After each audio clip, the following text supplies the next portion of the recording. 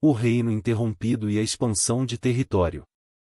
Em 11 de junho de 1557 ocorreu a morte do rei Dom João III, tendo seu neto Dom Sebastião como herdeiro e pelo fato de ter somente 3 anos de idade, é instaurada uma regência durante a sua menoridade, primeiro por sua avó e depois pelo tio-avô cardeal Henrique de Portugal.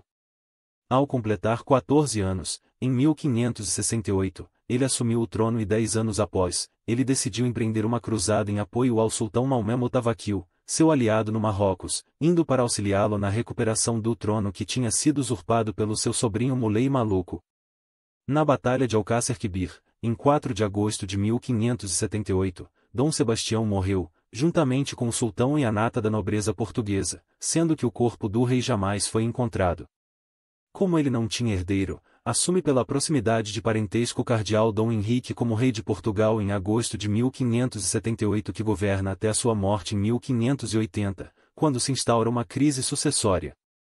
A crise foi resolvida pela constituição de uma junta portuguesa que corrompida decidiu por Filipe II, rei da Espanha, neto de Dom Manuel por parte de mãe, ele era o terceiro na linha sucessória.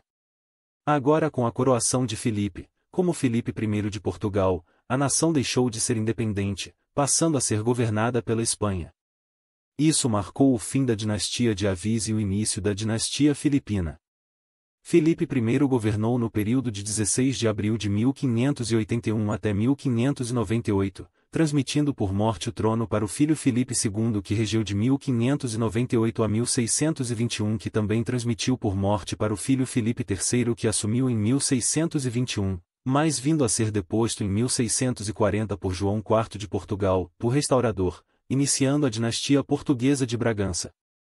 Foram quase 60 anos de domínio espanhol e se foi ruim para Portugal, foi muito bom para o Brasil, pois estava aberta a expansão de seu território.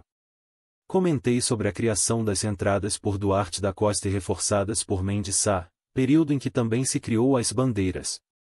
O movimento de entradas foram as primeiras a serem instituídas, sendo organizadas e financiadas por Portugal, e visaram explorar o território, mapeando-o, assim como estabelecer as condições para a criação de gado e áreas para a agricultura e com isso foram conquistando territórios ocupados por índios, capturando-os para o trabalho forçado nas lavouras e na mineração, pois havia escassez de mão de obra diante das necessidades, principalmente do plantio de cana-de-açúcar nas regiões norte e nordeste.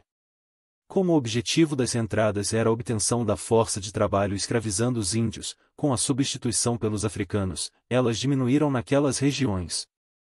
Mas as condições do emprego do trabalho escravo na região sul, principalmente na vila de São Paulo, não eram as mesmas, pois por ser constituída de uma população pobre, praticando a lavoura de subsistência, sem condições econômicas para a aquisição de escravos africanos, tinha a necessidade de se adentrar ao sertão em busca do índio, aproveitando também para buscar minérios e pedras preciosas, o que fez com que se fossem fortalecidas as bandeiras. Embora Portugal tivesse proibido em 1570 a caça aos índios, exceto por meio de guerra, os bandeirantes continuaram a fazê-la, abordando os índios pelo convencimento forçado. Isso fez com que se adentrassem cada vez para locais distantes, fundando povoados que se transformaram em cidades, colonizando esses locais e trazendo mais índios que em sua maioria se rebelavam com as condições impostas. Paralelamente, a Companhia de Jesus fazia um trabalho de aculturamento dos índios, acostumando-os ao trabalho e submetendo à disciplina cristã mais rígida, o que os tornavam alvos fáceis dos bandeirantes, pois estes não teriam muitos esforços para conquistarem a mão de obra necessária. Isso provocou conflitos com os jesuítas que não aceitaram a situação, culminando com a expulsão dos Companhia de Jesus de São Paulo, em 13 de julho de 1640. Assistam ao filme A Missão de 1986. A partir de São Paulo iniciaram as bandeiras destinadas à procura de minérios, tendo encontrado principalmente ouro em locais como Minas Gerais, Mato Grosso e Goiás, o que determinou em 1720 a divisão da Capitania de São Paulo, criando-se a Capitania de Minas Gerais.